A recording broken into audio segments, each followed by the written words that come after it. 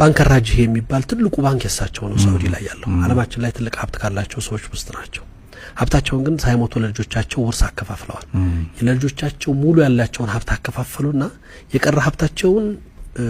ፋውንዴሽን አቋቁመው እርዳታ ሰጪ ድርጅት አድርገውታል በአለም ትልቁ የሚባለው ፋውንዴሽን ነው ከ300 ቢሊዮን ሪያል በላይ ፈንድ የተደረገበት ነው ራሳቸውን እዛው ውስጥ ተቀጣሪ አድርገው ነው እድሜ እስኪያልቅ ድረስ ብለው የሚሰሩት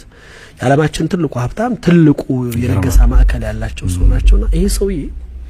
በህይወታቸው ውስጥ በድህነት ውስጥ ያደጉ ሰው ናቸው በህይወታቸው ውስጥ የገጠማቸውን ገጠመ ሲናገሩ ይገርመኛል ሰውየው አሉ በህይወታቸው ትልቅ ሰው ናቸው ወደ 80ዎቹ መጨረሻ 90ዎቹ ውስጥ ያሉ ይመስለኛል ልጅ ያለው ትምህርት ቤት ተማሪ ያለው የደሃ ልጅ ነኝ አስተማሪያችን የፍልስጤን ዜጋ ነው ይላሉ